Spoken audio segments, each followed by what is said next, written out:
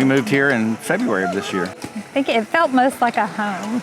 It was like, when you walk in, I just loved that there's windows on all the different walls. Most apartments, it's like really dark on one side of the apartment and all the windows on the other. And the way it has like the little garage, and it just felt more like a little house.